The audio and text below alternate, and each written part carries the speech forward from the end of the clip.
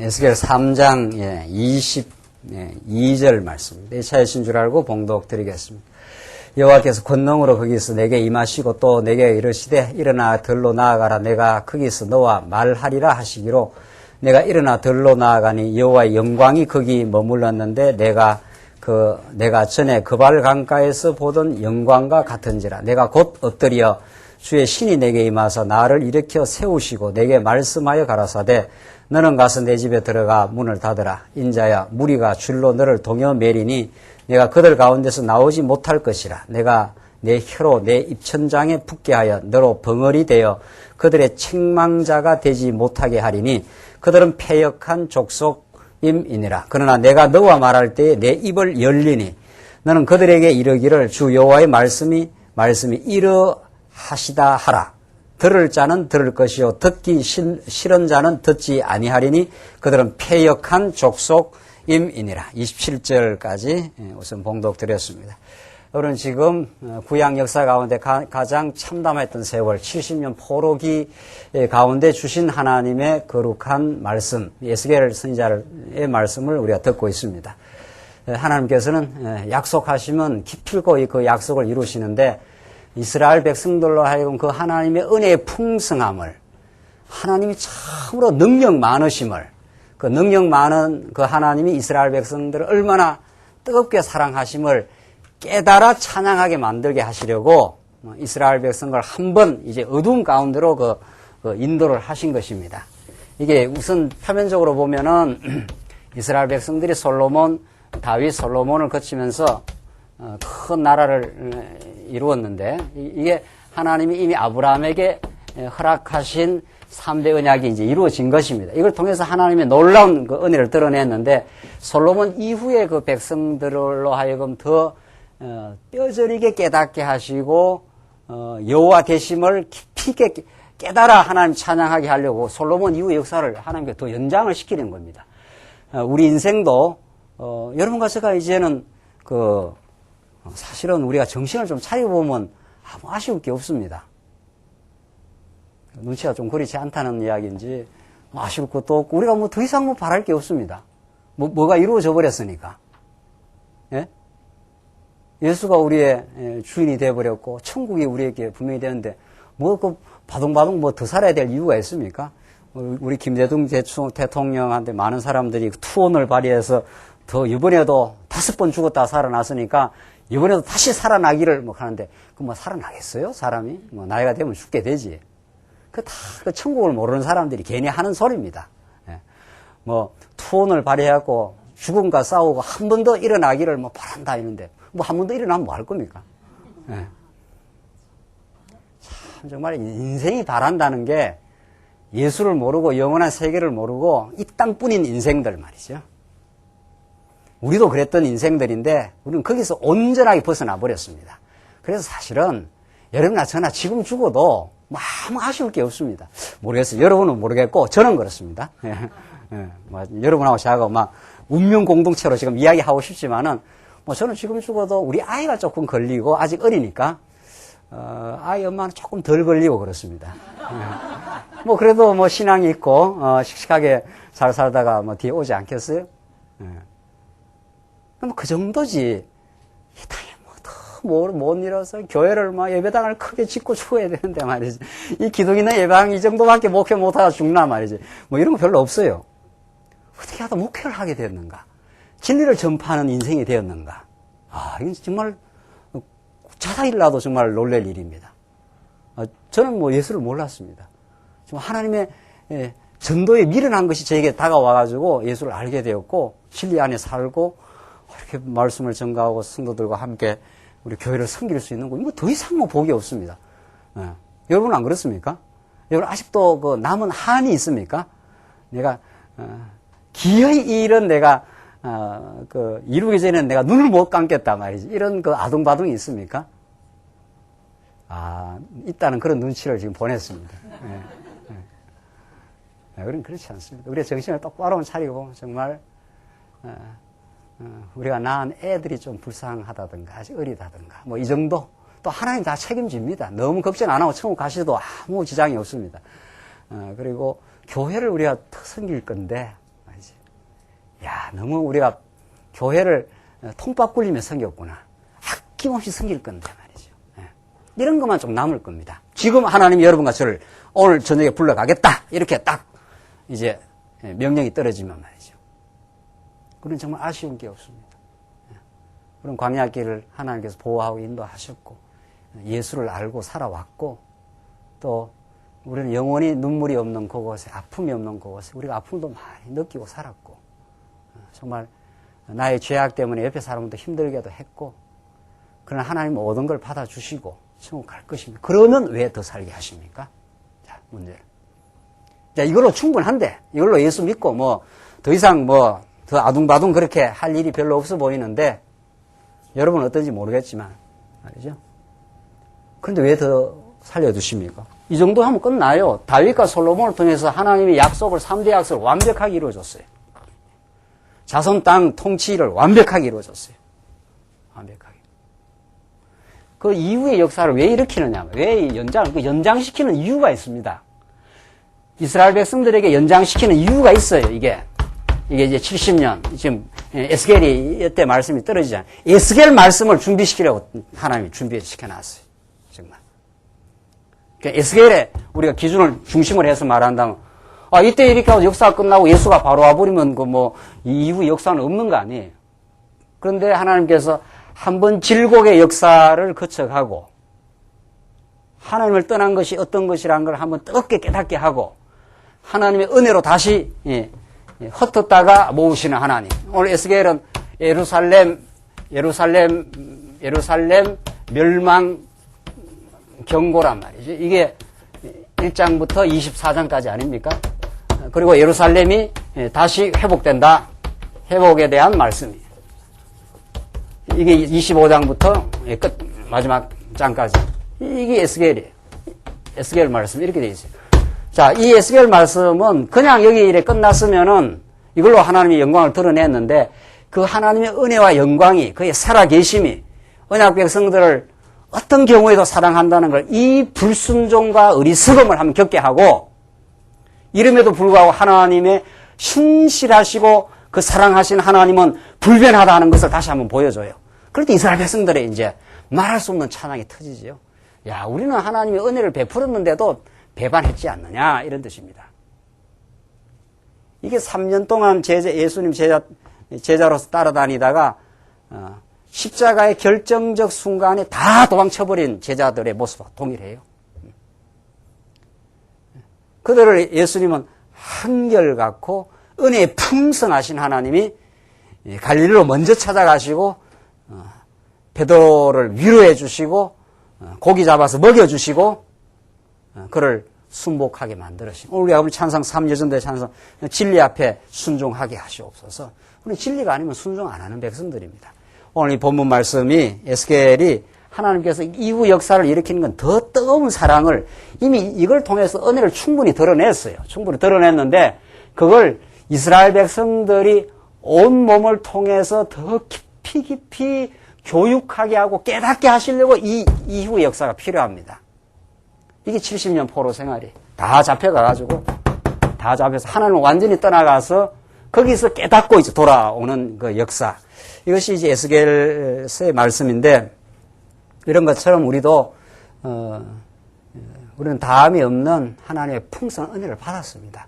더 이상 우리는 받을 것도 없습니다. 그런데 하나님께서 우리 인생을 더 연장을 시키는 것은 하나님께서 더 깊이 깨닫게 하시려 은혜는 이미 다 드러났습니다. 그걸 정말 머릿속에서만 깨닫는 게 아니라 온 가슴을 통해서 깨닫고 정말 하나님은 긍휼과 자비가 많으신 분입니다. 우리 인생을 정말 우리의 불순종에도 불구하고 우리를 사랑하시는 분입니다. 그래서 깊이 깨달아서 우리를 통해서 하실 마지막 일이 있기 때문에 남겨두시는 것입니다. 깨닫기만 하고 가는 게 아니고 깨닫기만 가는 사람이 아마 없을 것입니다. 하나님이 너무 은혜가 크다. 나를 향하신. 그렇게만 하고 그냥 가는 그런 법은 없다 이 말입니다. 참 그렇다면 그 사람은 정말 그 빈곤한 인생이 되겠죠. 그 은혜를 깨닫고 그 은혜를 마태복음이 말하는 대로 가서 너는 내 이름으로 제자들에게 세례를 주고 가서 내가 너에게 가르쳐 준 것을 가르쳐 지키게 하라. 세상 끝날까지 너와 함께 하리라. 이게 마지막 사명을 주시는 겁니다. 그렇게 복음서 4대 복음서는 전부 그렇게 끝납니다. 그 은혜를 풍성하게 깨닫게 하여 그 제자들로 하여금 이 땅 위에 하늘의 복음을 이제 전파하게 하시는 그 거룩한 그 고난의 삶을, 고생의 삶을, 그 기쁨의 삶을 정말 한없이 온몸을 통해서 깨닫게 하려고 하나님께서 그렇게 남겨주신 거예요. 그래서 그 백성들이 돌아와서 성전 짓고 성곽 짓고 정말 할렐루야 찬양하고 지금 그렇게 하는 겁니다. 오늘 에스겔서가 그런 그 지금 말씀을 그 역사 정황에서 주시는데 오늘 본문 내용을 보십시다. 본문 내용은 하나님이 에스겔 선지자를 이제 부르시는 내용이었습니다. 우리 여러 주 전에 이제 말씀을 깨달아서 그 전 말씀을 이제 여러분들 기억하십니까? 두루마기를 먹여가지고 너가 이걸 먹어라. 그리고 창자에 다 채워라. 그러니까 이 머릿속에서만 너가 깨닫는 게 아니라 온몸으로 진리의 말씀을 정말 소화하고 그것을 이제 백성들에게 전하는데 오늘 본문 말씀은 그런 그 소명 가운데 마지막 소명 이제 에스겔을 불러서 이제 주시는 말씀이 어떤 말씀인가 하면은 에스겔을 불러가지고 하시는 말씀이 영광 가운데 에스겔에 나타나서 벙어리를 되게 만들어버립니다. 참 신기한 내용이에요. 에스겔을 사명을 앞으로 하늘의 뜻을 이 백성들에게 포로 가운데 있는 이 참담한 가장 이스라엘 역사 가운데 가장 참담한 백성들에게 그 소망의 메시지를 전거해야 되는 에스겔이라고 하는 입천장에 해가 달락 붙어가지고 왜 우리가 말을 너무 많이 하면 입이 짝짝 붙어서 말이 잘 안 되는 거 있지 않습니까? 그런 것처럼 혀가 입천장에 딱 붙어가지고 말을 못하는 벙어리가 되게 합니다. 한번 보십시다. 예. 그 22절 여호와께서 권능으로 거기서 내게 임하시고 또 내게 이르시되 일어나 들로 나아가라. 내가 거기서 너와 말하리라 하시기로 내가 일어나 들로 나아가니 여호와의 영광이 거기 머물렀는데 내가 전에 그발 강가에서 보던 영광과 같은지라. 내가 곧 엎드려 주의 신이 내게 임하서 나를 일으켜 세우시고 내게 말씀하여 가라사대 너는 가서 내 집에 들어가서 문을 닫으라. 인자야 무리가 줄로 너를 동여 매리니 내가 그들 가운데서 나오지 못할 것이라. 꽁꽁 묶어가지고 에스겔을 집에다 쳐넣어버린 거예요. 그래가지고 못 나오도록 그렇게 만들었다. 그러고 나서 26절 내가 내 혀로 내 입천장에 붙게 하려니 너로 뭐라고 했습니까? 벙어리 되어 그들의 책망자가 되지 못하게 하려니 그들은 패역한 족속이라. 이게 무슨 말입니까? 아이고 말을 해야 선지자가 말을 선포를 할 거 아닙니까? 그런데 하나님이 쓰시는 종, 하나님이 사명자로 부른 사람은 이런 과정을 반드시 거쳐가게 합니다. 이게. 그러고 나서 벙어리가 되게 한 다음에 그러나 27절 내가 너와 말할 때 내 입을 열리니 너는 그들에게 이르기를 주 여호와의 말씀이 이러하시다 하라. 그때부터 선포하라는 거예요. 그러니까 하나님께서 혀가 입천장에 달랑 붙어가지고 말을 못하는 벙어리가 잠시 동안 되게 한 다음에 하나님이 내가 너와 말할 때에 이렇게 되어 있어요. 하나님의 뜻을 에스겔의 입에다가 집어넣어. 예레미야 표현도 그래요. 예레미야도 내가 내 말을 내 입에 두며 이렇게 말해요. 그 선지자들 예레미야 선지자에게도 그 예레미야 1장에 보면 에스겔도 마찬가지. 내가 너와 말할 때에 내 입을 열리니 그러니까 벙어리는 입을 못 여는 거 아닙니까? 그렇죠? 그 못 열게 했다가 하나님이 에스겔의 입을 열게 만들어 주겠다. 그때 여호와의 말씀이 이러하다고 선포해라. 그러면 듣는 사람이 있고 안 듣는 사람이 있을 것이다. 자, 이게 에스겔을 부르는 장면입니다. 사도 바울을 부르실 때는 하나님 어땠나요? 사도행전에 어땠습니까? 다메섹 도상에서 아주 기세가 등등해가지고 말이죠. 사내들은 공의로부터 예수를 믿는 사람들을 다 결박할 수 있는 권세를 부여받았어요. 요즘으로 말하면 뭐 옛날에 그 박정권 때 그 뭐 있잖아요. 뭡니까? 예? 중앙정보부 있잖아요. 중앙정보 부장쯤이 된 거예요. 중앙정보. 근데 하늘에 날아간 새도 떨어진다는 그 권세 말이죠. 그래서 민주화 운동하는 사람들을 다 색출해내라 하면은 그는 막 다 색출하고 막 그러잖아요. 이제 거의 권력기관인데 말이죠. 자, 그러니까 사도 바울이 그런 역할을 한 겁니다. 그 당시에 사내들의 공의회는 그 사람들이 종교 지도자일 뿐만 아니라 그 당시 유대의 그 지도 세력입니다. 지도 집단입니다. 그들로부터 사람을 결박하고 죽일 수 있는 권세를 사울이 받고 다메섹 도상으로 가는 길에 예수님이 나타나셔가지고 사울아 사울아 내가 왜 나를 핍박하느냐. 그때 하늘로부터 빛이 나타나고 다른 사람에게는 들리지 않는 소리가 나타나서 사울이 거꾸러졌지 않습니까? 그래서 사흘 동안 어떻게 됐습니까? 사울이 눈이 안 보였어요. 눈이 안 보였어요. 그래서 아나니아를 하나님께서 불러가고 아나니아라 가라. 어디 가면은 그 사람이 있다. 그래서 아나니아가 깜짝 놀라요. 뭐라고 그럽니까? 그 사람을 많이 잔해한 사람입니다. 그 사람은 사내들인 공의로부터 사람을 결박할 권세를 가지고 이 일대를 지금 휘젓고 돌아다니는 사람입니다. 어이구, 내가 어떻게 그 사람 갑니까? 그러니까 가라. 내가 그 사람을 이방의 사도로 부르고 그 사람은 복음 전파를 위해서 많은 해를 겪어야 될 사람이다. 이렇게 이미 사도 바울의 운명이 결정되어 있습니다. 그래서 아나니아가 가서 그 눈을 띄워주게 됩니다. 그렇죠? 그래서 눈이 감겼다가 눈이 떴다. 혹은 오늘 에스겔로 말하면 벙어리가 되었다가 입을 하나님께서 함께 하셔서 입을 연다.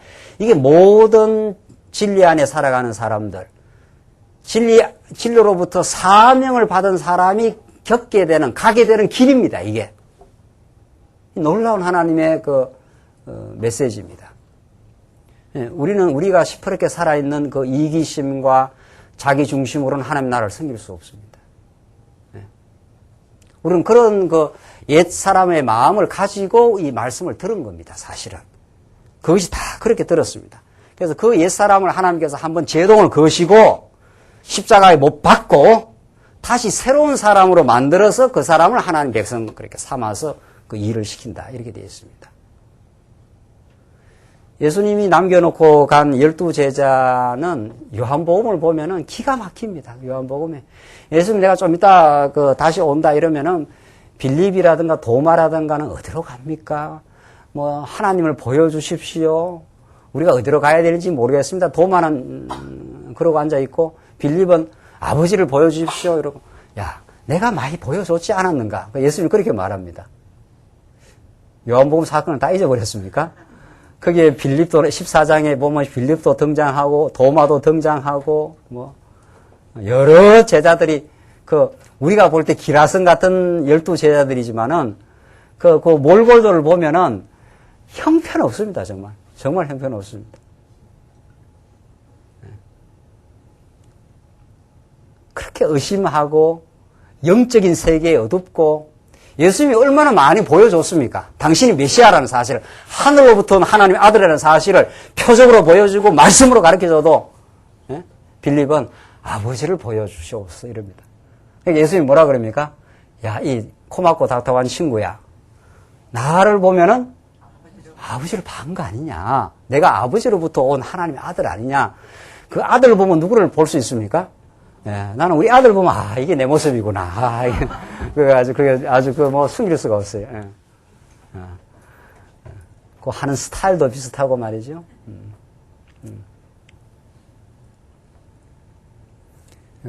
잘난 것도 있고 못난 것도 있어요. 너무 못난 것만 있는 게 아니에요.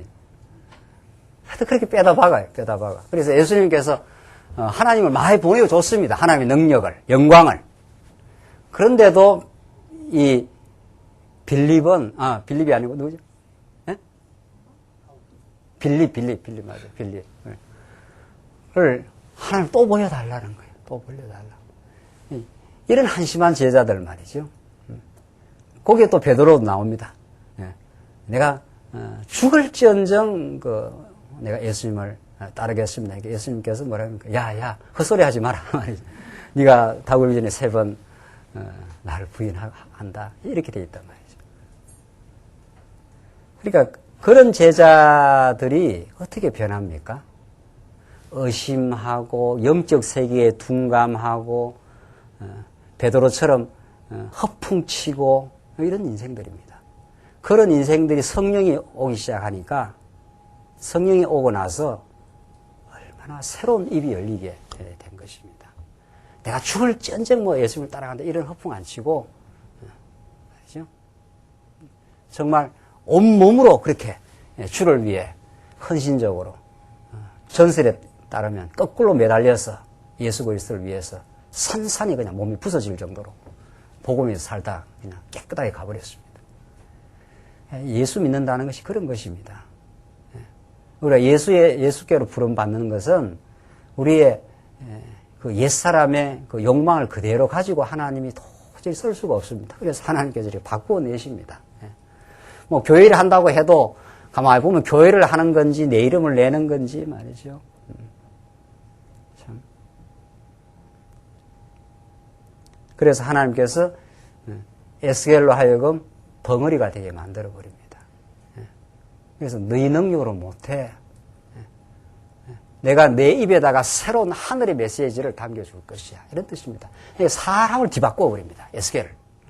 사도 바울을 눈을 멀게 해가지고 전에 보았던 탐욕으로 본 세상이 아니라, 그렇죠? 자기 의가 가득 찬 사람은 자기 의로 세상을 다 바라보기 때문에 다 죄인들이고 다 못난 인생이고 자기가 다 심판해야 되고 정죄해야 되고 이런 인생입니다. 그런 사람은 하나님 나라를 이룰 수가 없습니다. 그래서 하나님께서 그 눈을 감겨버렸다. 아주 상징적으로 말이죠. 에스겔의 벙어리가 되게 만들어버려요. 그래서 내가 도저히 하나님 나라를 내 능력으로 할 수 없습니다. 이런 자리까지 한번 내려가게 해요. 그게 우리의 본래 자리입니다. 거기서 한번 죽고 살아나지 않는 인생, 하나님께서 그렇게 우리를 만들어 가셔요. 그 12제자의 그 변덕스럽고 허풍 많고 의심하고 예수님 부활로 찾아왔는데도 또 믿지 못하고 이런 인생을 하나님께서 믿게 하시고 담대하게 하시고 정말 하늘의 영광으로 사로잡히게 하시고 하늘의 시민권을 가지고 있는 담대한 인생 되게 해서 정말 그렇게 살아가게 하시는 것은 하나님의 능력입니다. 그게 성령이 찾아오신 이유, 성령의 성취라. 사도행전 전체가 베드로가 아주 담대하게 복음을 전가하지 않습니까? 내가 가진 건 없어도 정말 은과 금은 없어도 내가 너에게 명하노니 예수의 이름으로 일어나라. 이렇게 베드로가 이런 인생으로 바뀝니다. 사도 바울은 가는 곳곳마다 정말 고난을 받아도 복음을 증거하고 정말 훌훌 털어버리고 정말 자유인이 되고 정말 진리 안에 사로잡힌 인생 되어서 그렇게 살아가게 하신 그 모든 것들이 성령이 찾아오셔서 그를 예수의 마음으로 바꾸어 내신 하나님의 역사라. 오늘 본문이 그렇습니다. 내가 내 혀로 입천장에 붙게 하여 너로 벙어리가 되어 그들의 책망자가 되지 못하게 하리니 그들은 패역한 족속이니라. 네가 네 말로 가서 증거한다고 듣는 게 아니다. 네 재주, 네 경험, 네 지식 그거 다 내려놔라 이런 뜻입니다. 하늘로부터 내려오신 예수 그리스도 한 분이 너의 인생의 근본이고 전부고 너로 하여금 그 위대하고 놀라운 하나님 나라를 이루어 갈 것이다. 우리 얼마나 그 복음에 사로잡히느냐가 중요합니다. 정말 이런 우리는 경험, 저런 지식, 온갖 그 잡동사니 같은 거 갖고 있다고 그게 하나님 나라를 이룬 것이 아닙니다. 오늘도 우리 청년들하고 어제입니까? 뭐 연구실에 가면 책들이 쭉 있지 않아요? 제가 책들을 읽기는 합니다. 네. 제가 20년 전에 책 읽은 것도 있고 10년 전에 읽은 것도 지금 최근에 와서 읽는 것도 있는데 말이죠. 자꾸 달라져요. 그럼 여러 가지 그 잡동사니 같은 그 신학 책들 말이죠. 그래서 내가 진짜 문자 그대로 잡동산입니다. 그 모든 것들이 성경 한 권이 얼마나 우월한 것을 증명해주는 보조적인 쓰레기 같은 책들입니다. 야, 이 신학자들 책을 쓰레기라 하고 말이죠. 그 위대한 신학자들 말이죠. 신학교 가면은 맞아요. 칼 발트가 어떻고 말이죠. 칼빈이 어떻고 말이죠. 칼빈도 뭐 그래요. 그 모든 인생들을 사로잡은 예수 그리스도 한 분이 성경에 통해서 우리는 성경에 다 깨닫고 죽지도 못합니다. 이렇게 성경이 위대하고 놀라웠습니다. 벙어리가 되게 했다가 입을 열어서 하나님께서 에스겔로 하여금 말을 전파하게 해주겠다. 이게 누가 하신다 이런 뜻입니까? 예. 그러니까 우리 같은 인생을 들어서 하나님 쓰십니다. 정말. 쪼잔잔하고 말이죠. 통밥 굴리고 말이죠. 자기 유익에 발이 빠르고 하나님께서 우리 같은 인생을 들어서 담대하고 말이죠. 하늘의 복음에 사로잡히게 해서 입을 열어서 예수는 그리스도이십니다. 그가 왕이십니다. 이런 거죠. 그래서 저 서재에 있는 책들이 다 쓰레기예요, 이제는. 아, 이 쓰레기 같은 책들이었구나, 정말. 이 성경에서 가르치는 살아계신 하나님 말이죠. 그분은 역사를 주도하고 우리 인생을 책임지시고 우리를 위해서 구원자 예수를 보내서 우리를 살려내시고 말이죠. 그 안에 우리의 생명의 의미가 있고 말이죠. 우리는 더할 나위 없는 복음을 들었습니다. 지금 에스겔에게 그렇게 역사하시고 여러분과 저를 그렇게 인도를 해 가십니다. 여러분이 못났다고 하나님 앞에 위축될 일도 없습니다. 세상에서 뭐 좀 배웠고 경험했고 가지고 있다. 그게 하나님 앞에서 대단한 것이 아닙니다. 그건 하나님의 영광을 위해서 쓰여질 때 소중할 뿐입니다. 여러분과 저에게 정말 중요한 것은 그리스도이십니다. 그분 한 분 평생 깨닫고 그분의 인도 속에 그분의 보호 속에 우리가 살았습니다. 내 재주로 살아온 것도 아니고 말입니다. 그분 한 분 잘 깨닫고 죽으면 우리 인생 참으로 성공적입니다. 더 이상 아쉬울 게 없습니다. 그렇게 깨닫게 하시려고 우리 남은 인생을 이렇게 지금 남겨뒀을 뿐입니다. 언젠가 우리 불러 가실 거 아니에요. 그렇죠? 아쉬울 것도 없고 정말 더 뭐 안타까울 것도 없습니다. 하나님께서 다 알아서 하시고 우리가 얼마나 지금 이 순간에 깨닫느냐가 중요합니다. 그래서 27절 보시면 내가 너와 말할 때 내 입을 열리니 그게 입을 벙어리를 만들게도 하시고 벙어리 됐다는 건 내 지식 다 내려놔라 이런 뜻입니다. 네가 알고 있는 모든 것들 다 입을 막아버린다. 그걸로서 생명을 살리는 길이 없다 이런 뜻입니다. 그리고 내가 내 입을 열리니 너는 그들에게 이르기를 주 여호와의 말씀이 이러하시다 할 것이라. 하나님께서 모세에게 약속하신 대로 이 땅 너희들 떠나갈 것이고 떠나가서 한번 재앙이 올 것이라 이렇게 예언하라. 그대로 두려움 없이. 그리고 하나님께서 다시 그들을 돌이킨다고 하라. 이 망하는 것이 복이다. 왜냐하면 이 망해야 돌아올 수 있는 근거가 생기고 망해야 자기들이 얼마나 어리석다는 걸 깨닫고 망해야 여호와 하나님을 붙들게 되니까 이게 복이라. 그러니까 진노가 이스라엘 백성들은 복입니다. 우리가 고난받는 게 얼마나 복인지 모릅니다. 고생을 한 사람이라야 이 진리를 뜨겁게 깨닫는다 이런 뜻입니다. 제 가운데 한번 몸부림쳐본 인생 말이죠. 예수가 아니면 살 수가 없다 이걸 느끼게 돼 있어요. 끈질기게 죄악의 습관들이 있어서 우리가 안 되는 거구나 하는 걸 절망하고 한 사람들은 예수를 놓을 수가 없어요. 예수를 놓을 수가. 그 십자가를 붙들고 부활의 삶으로 전진하는 사도 바울이 내가 다 이룬 것도 아니요 부활의 주를 따라가려고 지금도 전진하고 있다. 이게 우리 간절한 우리의 신앙입니다. 그렇게 하려고 하나님께서 우리를 두셨어요. 이렇게. 이것만 해도 충분하게 구약 3대 언약이 다 이루어졌는데 더 깊이 깨닫게 하려고. 그러니까 선지서는 전부 교육의 아이디어입니다. 교육이라는 건 깊이 깨닫게 한다 이런 뜻이란 말이죠. 자꾸 더 깨닫게 하려고. 그래서 우리가 여러분과 저에게 이 인생을 남겨둡니다. 그거 아니면 아무 의미가 없습니다. 빨리 죽는 게 낫습니다. 정말. 이것저것 못 볼 거 안 보고 말이죠. 그러나 하나님께서 남겨두신 것은 참 의미가 있습니다. 야, 정말 하나님이 주관자이시다. 정말 우리 자녀들을 하나님이 보호하신다. 이걸 깊이 깨닫게 하시려고 지금 에스겔에게 하나님께서는 그렇게 하신 것입니다. 벙어리를 만들어 버렸어요. 말을 못하도록. 그래서 하나님께서 입을 열어서 담대하게 복음을 전파하도록 협 부리지 말고 전파하도록. 하나님이 살아계신다. 하나님이 정말 두 눈을 뜨고 우리와 함께 하고 계신다.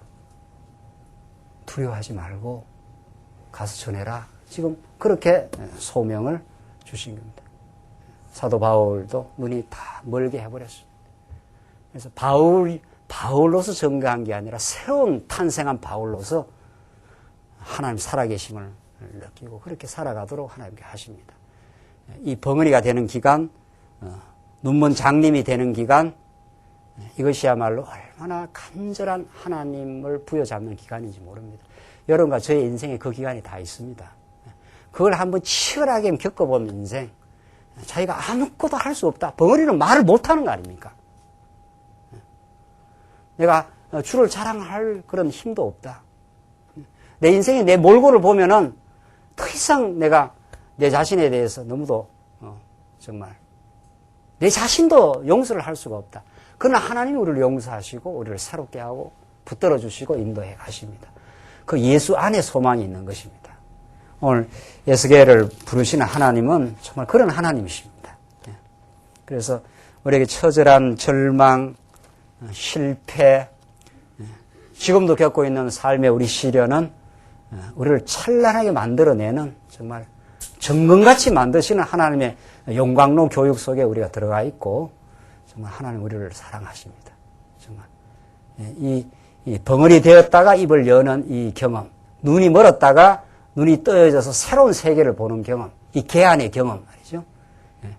세상 현실만 보고 살다가 말이죠. 그 현실을 주도하시는 하나님을 보고 사는 경험. 오늘 우리 창세기에서 야곱이 말한 대로 내가 심히 두렵고 답답하다. 이건 현실만 보고 있는 거예요. 현실만. 그렇게 훈련을 받고도 말이죠. 야곱이. 그러다가 하나님께서 야곱을 붙들어 줬습니다. 우리 조부 아브라함의 하나님이요. 우리 아비 우리 이삭의 하나님이요. 하나님이 돌아오기 위해서 은혜를 베푼다고 했지 않습니까? 내가 이 사태를 감당할 수 없사오니 하나님께서 지켜주시옵소서. 그렇게 하나님께 간절히 부여잡게 하는 시간. 그게 여러분과 저의 그 기도의 시간입니다. 그 절박하고 자기가 다 무너지는 시간. 그래서 예수의 살아계심을 붙드는 시간. 이거 없이 하나님 나라를 이루는 법이 없습니다. 여러분들. 자, 아브라함 언약을 이루시되 모세 언약의 과정을 통해서 이룹니다. 모세 언약은 400년 종살이에서 나온 백성들을 모세 언약 준 거 아닙니까? 그렇죠? 그러니까 400년 종살이 한 사람은 불평하고 원망하고 대적하고 뭐 이런 인생들입니다. 그런 인생에게 모세 언약이라는 위로와 신실한 하나님의 사랑과 그들을 대열을 정비해 주는 거, 이게 전부 흐트러진 인생들을 하나님이 모세 언약의 방식으로 그들 죽었던 사람을 살려내가지고 그렇게 하나님 나라를 이렇게 이루어가요. 그러니까 아브라함 언약대로 이루시되 하나님 모세 언약을 준 것은 죽었던 인생을 살리는 하나님의 방식입니다. 그렇죠? 그래서 우리가 예수와 함께 다 죽었다가 살아난 거예요. 벙어리가 됐다가 이제 입을 열었다 했을 때는 내 주장과 내 철학이 나가는 게 아니라 예수는 그리스도이십니다.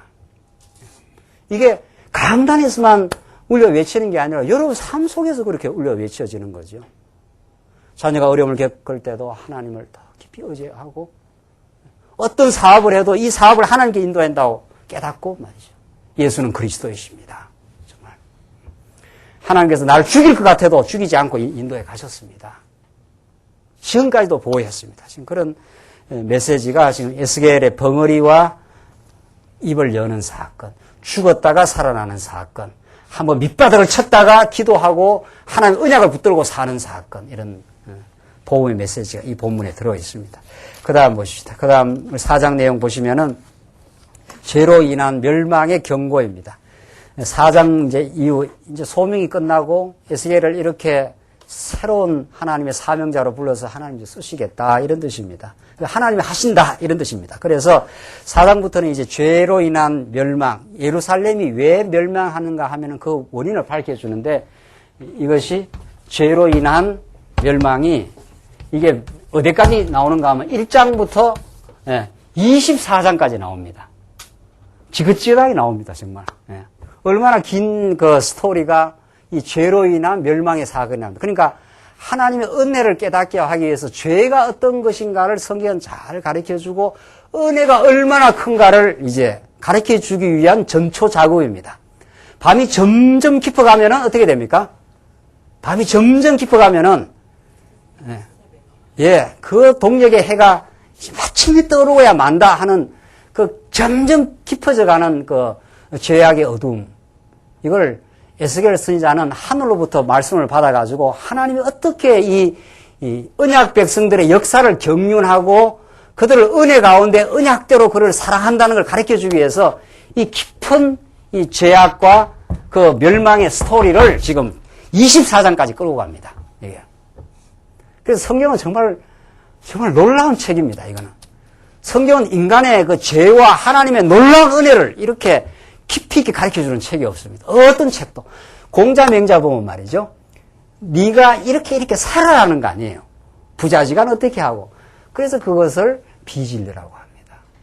성경은 죄가 무엇인가를 우리에게 가르쳐주고 하나님의 은혜와 언약이 얼마나 죄와 무관하게 죄에도 불구하고 하나님이 얼마나 신실한 분인가를 이렇게 가르쳐주는데 1장에서 24장까지를 사용해요.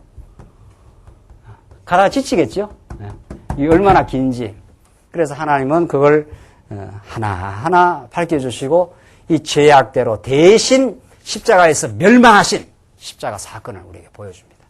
오늘 이 본문의 내용이. 그거 아니면은 우리는 죄악에서 구속함을 받을 길 없고 하나님 나라를 이룰 길이 없습니다 하는 것이 지금 4장부터 전개되는 말씀입니다. 한번 보십시다. 4장 죄로 인한 멸망의 경고가 4장부터 7장인데 우선 4장부터 5장은 행동을 통한 경고입니다. 선지자가 그 행동을 통해서 예루살렘이 포위될 것을 경고합니다. 너 인자야 박석을 가져다 내 앞에 놓고 한 성읍 곧 예루살렘을 그 위에 그리고 그 성읍을 에워싸고 운제를 세우고 토둔을 쌓고 진을 치고 공성태를 둘러세우고 공성태라는 건 성을 공격하는 이 무기입니다.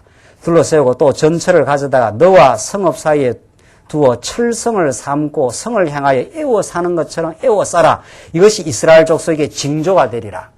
하나의 모형도를 만들어라 이런 뜻입니다. 예루살렘 성이 이렇게 있으면은 예루살렘 성이 있으면 이걸 다 둘러싸갖고 공성태도 만들고 이렇게 해서 이스라엘 백성이 완전 포위돼 가지고 예루살렘이 완전히 함락한다 하는 것을 모형도를 만들어 가지고 그것이 이스라엘 백성들의 멸망의 징조로 가르쳐 줘라.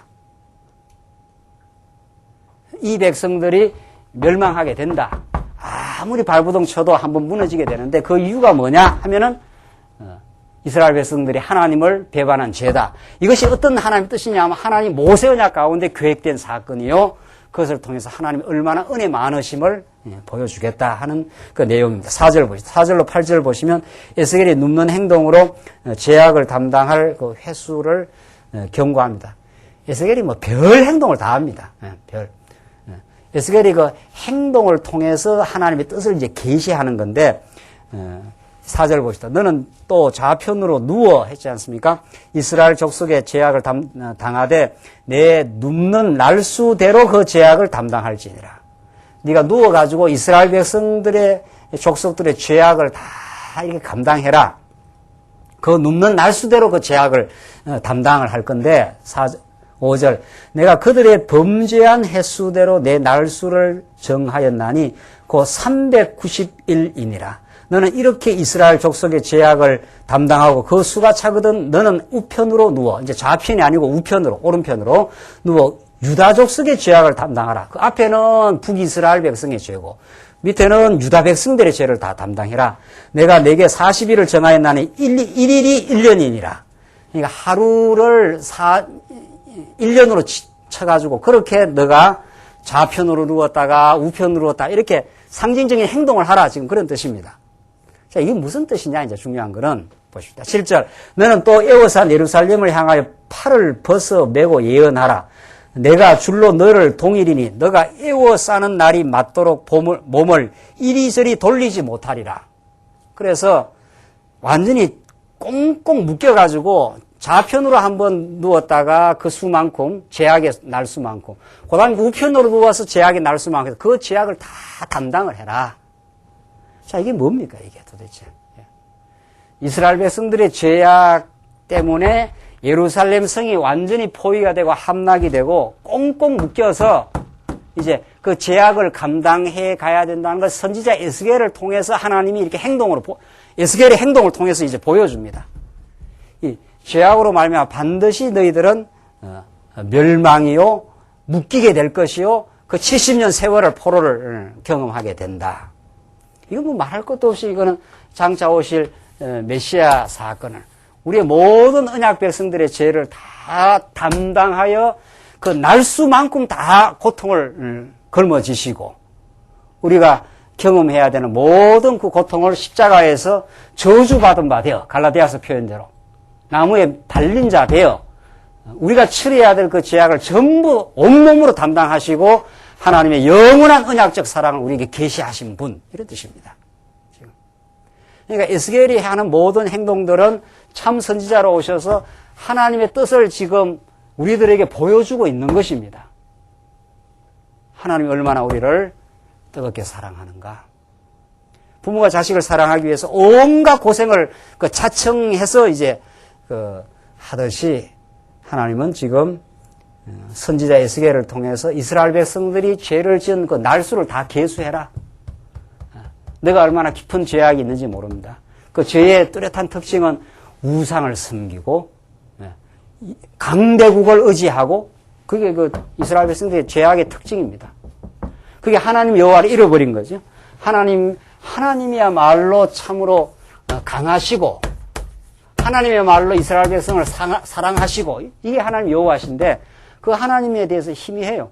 그러니까 하나님이 강하신데 하나님 강함을 잊어버리니까 강대국을 의지하네. 아수르를 의지하고 애굽을 의지해갖고 도망치고 이스라엘 백성들이 그랬거든요. 그게 너희들이 다 죄악된 모습이다. 그리고 하나님만을 사랑하고 감사하고 하나님께 영광을 돌리고 찬양하고 사는 것이 아니라 이스라엘 백성들은 하나님 외에 사랑하는 게 얼마나 많아. 아세라 목상도 섬기고 바신도 섬기고, 그게 우상입니다. 우상은 거기다 사랑하는 거예요. 우상은. 그러니까 하나님을 절대적인 사랑의 대상으로 두지 않고 자기가 사랑할 대상이 너무 많았다. 이스라엘 백성이. 그래서 너희들은 한번 무너져야 되겠다. 그래서 하나님이 너희를 얼마나 사랑하는가를, 너희가 사랑하는 그것은 너희를 절대로 행복하게 하기로 할 수 없다는 것을. 우리가 인생 살아가는 모든 것이 그런 거죠. 지금 이스라엘 백성들의 죄악의 모습을 가르쳐 주되, 하나님 안에서 하나님 의지하지 않고 내가 세상을 의지한 것은 반드시 내게 배신을 때리게 돼 있고, 내가 하나님보다 더 사랑하는 것은 반드시 그것이 나를 실망시키게 돼 있고, 그런 거죠. 그게 부부관계고, 그게 여러분과 제가 좋아하는 돈이고 명예고 그런 것입니다. 그게 다 기대를 걸고 그걸 사랑하고 그것이 우리 영혼을 만족시킬 수 없다는 사실을, 어떤 것도 우리 영혼을 만족시킬 수 없다는 사실을 이 멸망 사건을 통해서, 이 죄악이 만들어내는 것은 너희가 뺑뺑 둘러싸여서 포로 생활하고 이리저리 누우면서 네 죄악의 날수대로 네가 다 담당해라. 선지자를 통해서 하나님께서 그렇게 하겠다. 이건 예언되었다. 나를 떠나가면은, 너희가 들어가서 나를 떠나가면 그렇게 망하게 된다. 그리고 하나님 앞으로 다시 하나님이 돌이켜주겠다. 너희들이 잘나서 돌이켜주는 것이 아니다. 로마서에서 너희가 죄인 되었을 때 하나님께서 너희를 사랑하셨다. 여러분과 제가 지금 부름을 받고 돌아온 것이 우리가 의로워서 돌아온 것이 아니라, 우리가 교회 충성 봉사했기 때문에 하나님이 우리를 봐주신 것이 아니라, 이런 뜻이죠. 하나님이 우리를 극진하게 사랑하시고 우상에 사로잡혀 있고 거짓 사랑의 대상에, 세속주의에, 유대주의에, 이게 다 거짓 우상들입니다. 유대주의가 무엇입니까? 자기 공로입니다. 내가 이렇게 이루어냈다. 이 뿌리가 얼마나 깊은지 모릅니다. 심지어는 교회 봉사까지도 내가 이루어냈다. 그 영혼 속에 마음이 기쁨이 있겠어요? 하나님이 이 나를 붙들어 주셨고, 죽었던 나를 살려주셨고, 나를 인도하셨다. 그래서 이 죄악 대신 에스겔 선지자가 뺑뺑 포로 되고 네가 묶여가지고 좌로 울로 굴러서 죄악을 다 담당해라. 하는 말할 것도 없이 장차 메시아 사건을 지금 보여주고 있습니다. 9절 보시면은, 9절로 17절 보시면은 떡을 먹게 해서 예루살렘에 기근이 있을 것을 말합니다. 이게 이미 다 레위기서에서 다 예언된 말. 너 나를 떠나면 다 기근이 온다. 9절, 너는 밀과 보리와 콩과 팥과 조와 기리를 가져다 그 한 그릇에 담고 떡을 만들어 내 모로 눕는 날수 곧 390일에 먹되 너는 식물을 달아서 하루 20세겔 중씩 때를 따라 먹고 물도 한 흰 6분의 1씩 되어서 때를 따라 마시라. 너는 그것을 보리떡처럼 만들어 먹되 그들의 목전에서 인분불을 피워 구울지니라. 여호와께서 또 가라사대 내가 열국으로 쫓아 흩을 이스라엘 자손이 거기서 이와 같이 부정한 떡을 먹으리라 하시기로 내가 가로되 오라 주 여호와여 나는 영혼을 더럽힌 일이 없었나이다. 어려서부터 지금까지 스스로 죽은 것이나 짐승에게 찢긴 것을 먹지 아니하였고 가증한 고기를 입에 넣지 아니하였나이다. 이게 이제 에스겔의 항변입니다. 하나님께서 부정한 떡을 먹어라. 너 다 부정하게 됐다. 그러니까 나는 그런 적 없는데요. 이러면서 15절 여호와께서 내게 이르시되 쇠똥으로 인분을 대신하기를 허하노니 너는 그것으로 떡을 구울지니라. 이 부정한 떡은 이스라엘 백성들이 포위당하고 너무도 비참한 상태에 들어간다. 포위당하니까 다른 게 어떻게 먹을 방도가 없는 거예요. 그래서 부정한 떡을 먹고 기근이 일어나서 정말 피폐해져 간다는 것을 지금 보여주는 것입니다. 16절 또 내게 이르기를 인자야 내가 예루살렘에서 의뢰하는 양식을 끊으리니 하나님께 양식을 끊어버리겠다는 그러면 이스라엘 백성이 살 길이 없는 거죠. 그래서 백성이 경겁 중에 떡을 달아 먹고 민답 중에 물을 데워 마시다가 떡과 물이 결핍하여 피차에 민답하여 하며 그 죄악 중에서 쇠폐하리라. 너희들 반드시 망한다. 죄악 가운데서 거기 가서 기근이 일어나고 전부 피폐하게 된다. 그러니까 이거는 하나님 떠나면은 영혼의 풍요와 기쁨을 누릴 수 없다는 것을 이스라엘에게 증명시켜주고 그들을 하여금 돌아오게 해서 하나님 안에서 얼마나 기쁨이 많다는 것을 하나님께서 이스라엘 백성을 나중에 이제 헛헛다가 이제 돌이킨 거죠. 그래서 우리가 사랑하는 우상들, 우리가 좋아하는 어떤 이 세상의 대상도 우리의 영혼을 만족시킬 수 없다는 것을 우리는 삶의 경험을 통해서 이제 많이 배워온 것입니다. 40년을 살았으면 40년을 그걸 경험을 했고 50년을 살았으면 50년을 경험했고 70년을 살았으면 예수 아니면은 어떤 것도 내 영혼을 만족하게 할 수 없다. 그래서 예수님이 이 땅에 오셔서 산상수훈에서 말씀하시기를 내가 율법과 선지를 다 내가 성취를 한다. 심령이 가난한 자는 어떻게 해요? 복이 있나니 천국이 어떻게 해요? 너희 것이니라. 심령이 가난하다는 건 예수만을 바라는 인생이 되었다. 이런 뜻입니다. 심령이. 무엇을 하든지 어떤 경우를 당하든지 예수가 내 인생의 참 주인입니다. 예수 밖에서 내가 얻으려고 했던 모든 시도들 그것들이 끝없는 갈증을 일으키고 마셔도 그 갈증 나는 그것으로 살 수밖에 없으면 우리가 살아온 인생만큼 여러분과 제가 살아온 인생만큼 뼈저리 느낀 경험이 이 멸망 경험입니다.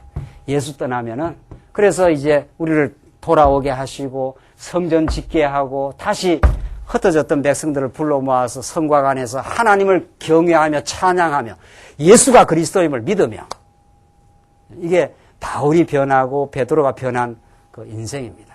복음은 우리를 참으로 변화시키는 참 능력이 있는 말씀입니다. 예수가 얼마나 능력 많으시고 우리를 뜨겁게 사랑하는지 모릅니다. 이스라엘 백성들에게 이렇게 명백하게 에스겔에게 벙어리가 되게 했다가 입을 열어서 너가 가서 외쳐라. 너 반드시 망한다. 여기 지금 하나님의 계시의 전체적인 에스겔의 경륜은 모세 언약에게 주신 그 말씀대로 너희들 반드시 그 땅 들어가서 하나님 떠나가게 될 것이고 그래서 다 망한다. 핍절하게 된다. 기근이 오게 된다. 너희가 의뢰하는 양식을 다 하나 내가 끊어버리겠다. 그 이스라엘에서 양식이 없으면 어떻게 살겠어요? 그걸 내가 끊어버리겠다. 그리고 내가 너에게 생명의 떡으로 등장하겠다. 이게 예수입니다. 사랑하는 성도님들, 이 땅에서 많은 것을 이루시고 발부동을 치셨습니까? 그 어떤 것도 하나님을 배우는데 연결이 되지 않았다면 이제는 우리는 진리를 깨닫기 때문에 그 모든 실패의 경험들, 내 몸부림의 경험들 그것이 하나님이 여호와 되심을 약속대로 나를 사랑하시면 그분이 허락하신 일이심을 우리가 이제 와서 이제 깨닫게 되는 것입니다. 얼마나 안달내기도 하고 그것이 없으면 죽을 것 같이 목표로 삼고 달려왔던 것들도 이제 와서 생각하면 그것은 수단들이었고 그렇죠? 우리의 목표가 되었던 목적이 되었던 걸 이제는 다 수단으로 내려놓고 여러분과 저의 인생이 하나님께서 무너지게 했다가 세워지게 하시는 하나님 예수 안에서 우리는 죽었다가 예수와 함께 살아나고 이제 하나님의 새로운 나라를 우리 이루어 가시는 하나님. 그분이 우리가 지금 동행해주고 인도해 가십니다. 그분이 우리 삶의 목표고, 그분이 우리 삶의 목적이고, 그분의 은혜를 깨달아 그를 찬양하는 것이 우리 삶의 기쁨입니다. 그 은혜를 깨닫게 될 때 우리는 진정한 삶에 붙들어야 될 가치를 붙들었다. 이렇게 되어 있습니다. 그걸 붙든 인생은 무슨 일을 겪은 것도 다 합력하여 선을 이룬 것입니다. 여기까지 오게 하시려고. 그 예수를 강렬하게 붙들고 그를 영원히 찬양하는 법을 배우게 하려고 하나님이 이런 일도 겪고 저런 일도 겪고 망가지기도 하고 핍절하게 네가 의뢰하는 양식을 하나님께서 끊어버리겠다. 어저께 어떤 성도님을 만나서 옛날에 잘 살았답니다. 참 거부라서 땅이 어디쯤까지 있는지를 몰랐답니다. 자기 아버지 땅이. 그랬다가 사업을 일으켰는데 완전히 망했는데 산입에 거미줄 치겠는가. 이게 우리 속담 아닙니까? 그냥 나중에 산입에 거미줄을 막 치더랍니다. 막판에는. 그냥 그렇게 주머니에 돈이 마르질 안 하고 그렇게 살았던 사람이 돈이 그렇게 없어지고 자식이 있는데 자식 입에 양식이 들어가는 그것까지 하나님께서 끊어서 그런 절박한 세월을 보내고 이제 나이가 들었는데 이제 알고 보니까 그게 하나님께서 나를 나되게 하시고 예수 안에 오게 하신 하나님의 섭리였다. 그런 고백입니다. 여러분 저에게 그게 남습니다. 이제 다 이 세상 언젠가 끝나갈 것입니다. 예. 이제 가고 있습니다. 서서히. 그래서 정말 떠오르는 태양도 좋은 거지만 이 지는 석양도 정말 아름다운 것입니다. 예.